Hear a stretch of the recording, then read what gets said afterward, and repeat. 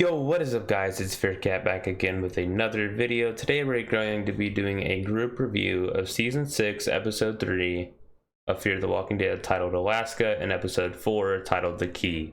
Let's get right into that.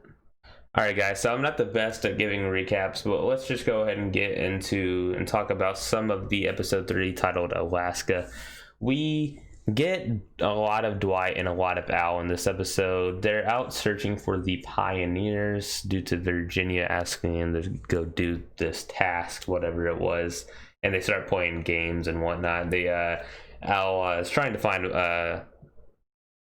IDs. I think she was trying to find license plates before, but now she's trying to find IDs, the states, all 50 states basically. And it's pretty cool. But they finally come across Alaska, which is at the bottom of an office building.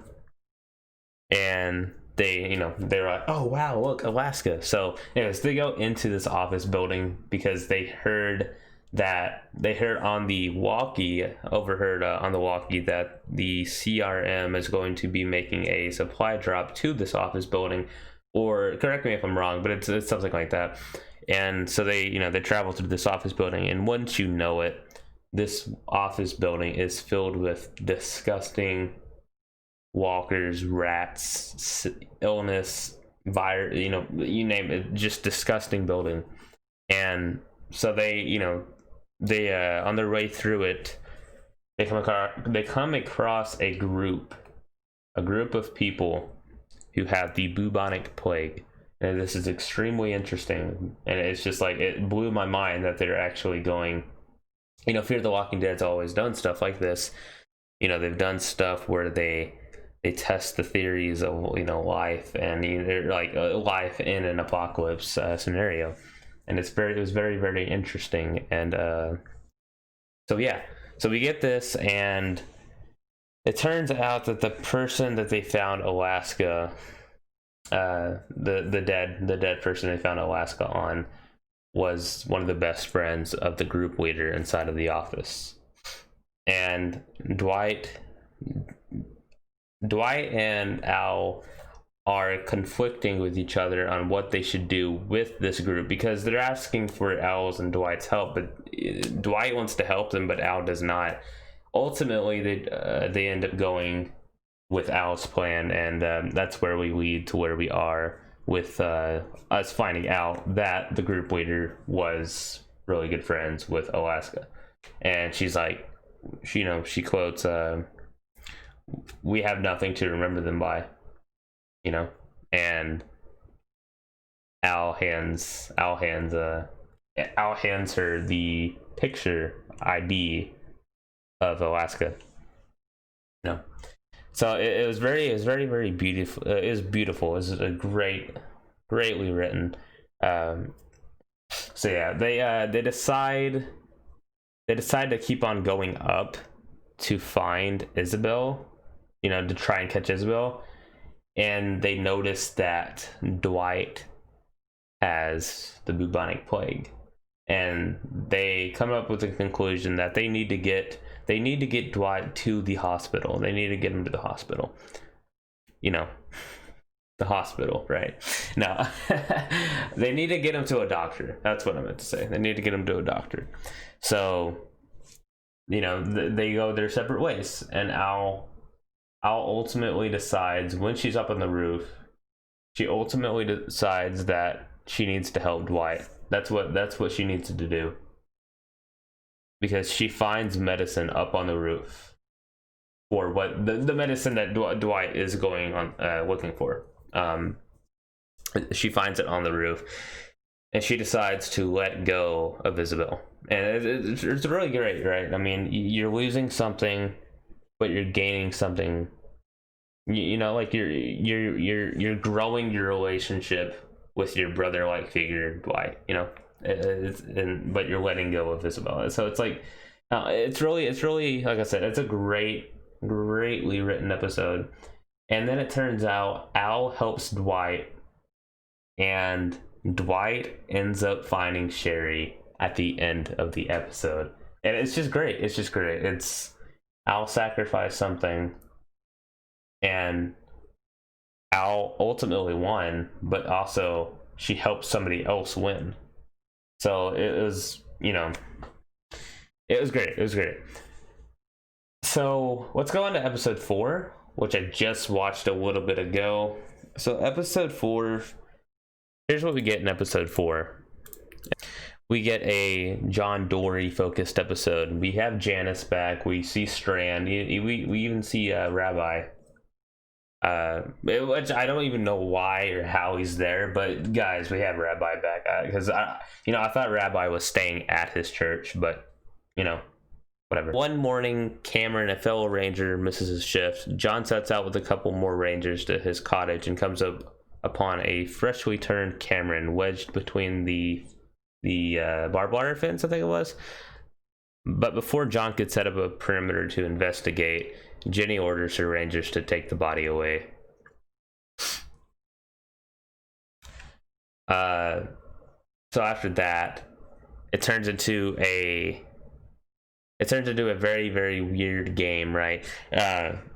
Because Cameron has a drinking problem, and Virginia really knows what happened, but she's trying to shift the blame on him just getting drunk and just walking blindly into the walkers, and you're just being stupid. But Dorie is not convinced at all. He thinks somebody murdered him. So it turns out somebody planted evidence of Janice killing Cameron, and they catch her trying to escape, and Virginia comes up with this entire thing that she's the one who did it. But Virginia really knows what happens, right?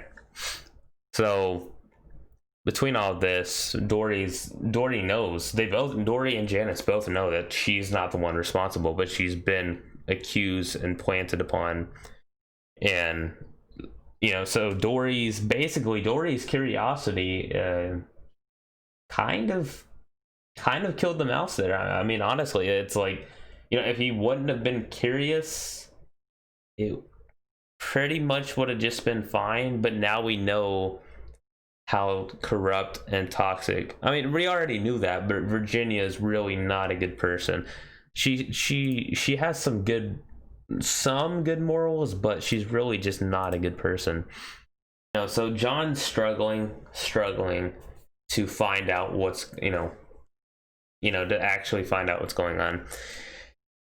But then Virginia reveals a story to John that she was once in a community, or maybe even early on in this community, there was a person who was hung, and they played music for the walkers to come and tear them apart, and she said she never got that image out of her head.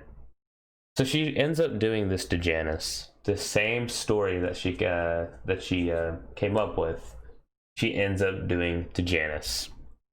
And it's really, really, really, really dark, and Dorie finds out about this, and he just kind of loses it. It's not a good look, and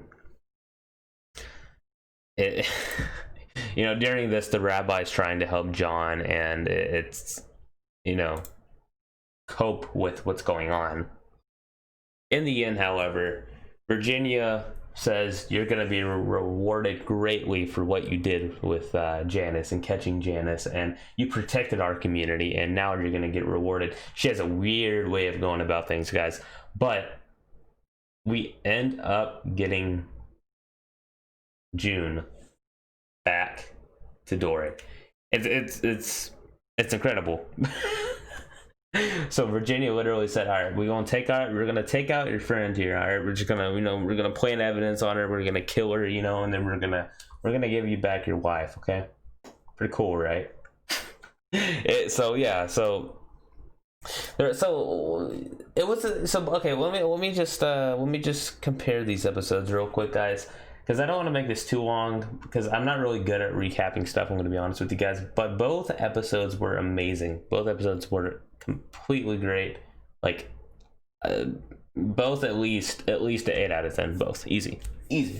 So why did I group these two together? The reason I grouped these two episodes together, guys, was because they shared, storytelling wise, they shared some of these same principles. And that was losing something to gain something. And maybe this is just something for Virginia, Virginia just does, and it, I don't know. But this concept of storytelling, I think right now for Fear the Walking Dead is working greatly. You're losing stuff and getting stuff back that's ultimately greater. And it's dark as hell. I mean, it's like, nobody actually wants that, but that is what's happening right now in the show. I mean, when I say nobody wants that, I mean like in an actual perspective. If I lose something, I just think about what I just lost. In an immediate standpoint, I'm gonna think about what I just lost over something that I just gained. You know what I mean? It's just it's usually how it works. For example, if my dog dies, right, and I buy a new dog the day after, I'm still gonna be thinking about the dog that died. You know what I mean? Like so yeah. So like I said, guys, both the episodes were amazing, but the last thing that happens in episode 4, Morgan is attacked by the two guys that we've been seeing spray paint the ship. The end is the beginning. And they're asking, where is Emil? And he says Virginia knows where he is, because Morgan ultimately turned himself into Emil. But anyways, these guys try to go after Morgan. Obviously it doesn't work. Morgan's a badass fighter. He's not going to go down to two chumps, you know what I mean?